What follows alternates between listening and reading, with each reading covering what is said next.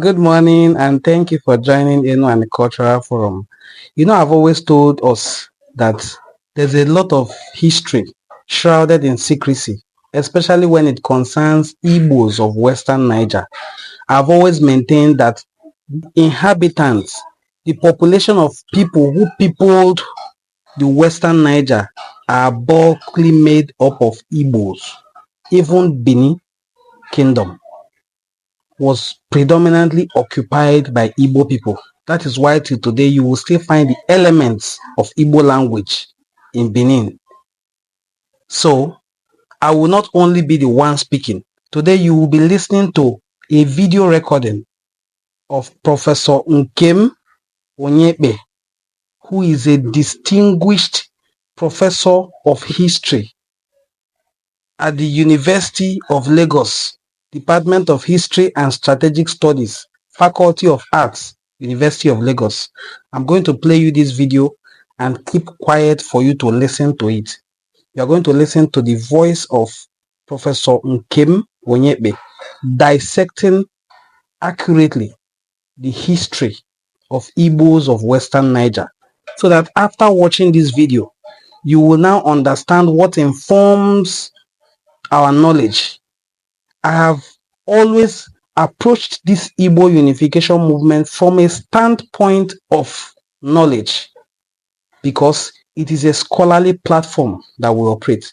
We are not touting about, we are not insulting anybody, we are only spewing truth. And that truth we will continue to spew. Today, I am not going to be the one speaking.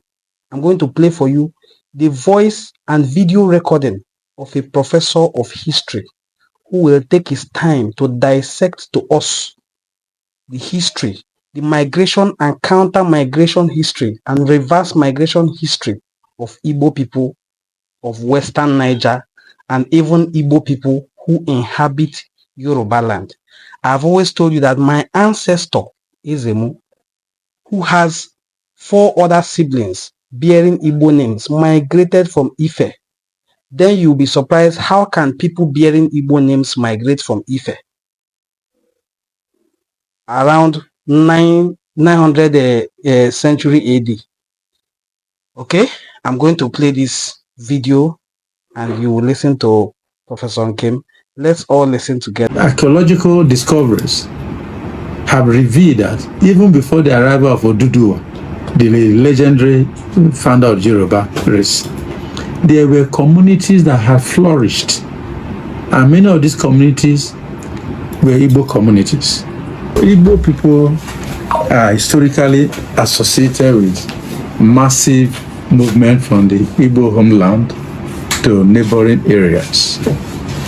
The destination of the Igbo people, or the destinations, have been northern Nigeria across River Benue. That's why I have Igbo communities in Kogi and in Benue State and some parts of Plateau. Apart from movement to northern Nigeria across Benue, the major destination of early Igbo migrants were Benin land and Yoruba land. People talk more of Igbo migration to Benin. Most people don't know that that migration went beyond Benin to Yoruba land.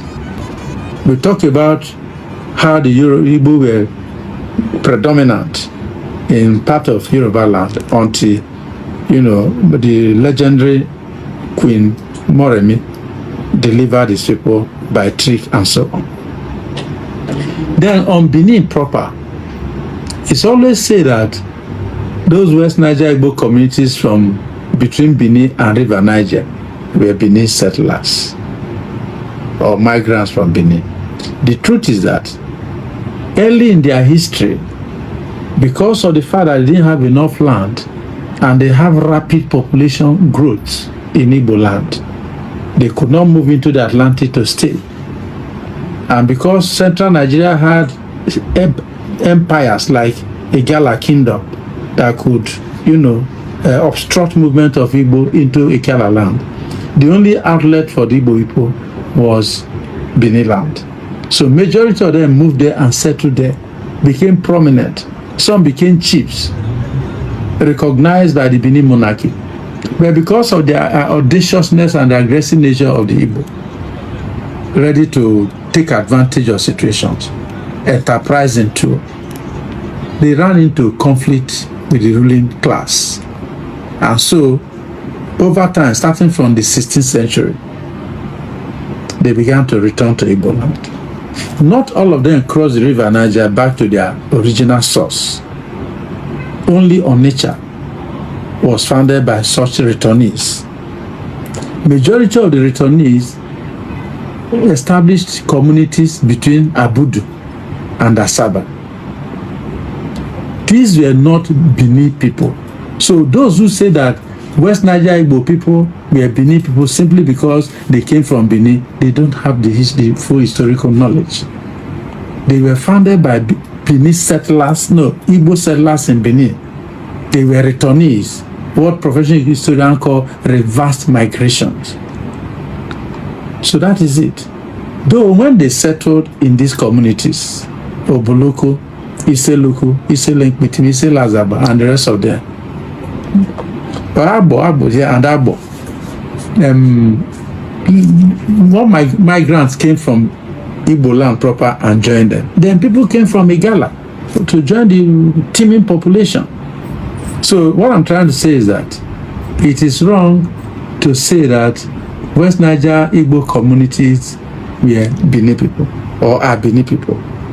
Some of them are Benin because when the Igbo were returning, it's not as if they did not return with Benin people. Also have Benin husbands and wives. So no community in West Niger Igbo is ethnologically or ethnically homogeneous, because every community is actually founded by the first set of arrivals and later swelled up by later waves of migrants. That has been the experience of West Niger Igbo area. So the Igbo people who are in West Niger Igbo land claiming they are not, Igbo people, they don't know their history, and the Civil War has contributed to that.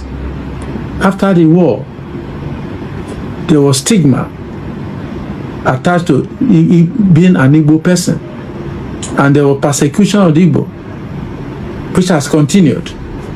So people, because they want to be secure, to have security in Nigeria, they begin to drop the Igbo name, as has happened in Rivers State. They begin to claim that they are Bini or Igala, whereas they are Igbo people, right from creation. No, many of the towns and communities in Rivers State, they just remove the first name that makes it Igbo, so it sounds differently. If you are Wike and you move N, you become Wike. For example, I'm not referring to the governor, but I can give you an example. All those communities in Rivers State, like Inquere, like Andoni, they are all Igbo communities. Port Harcourt was established by Igbo people.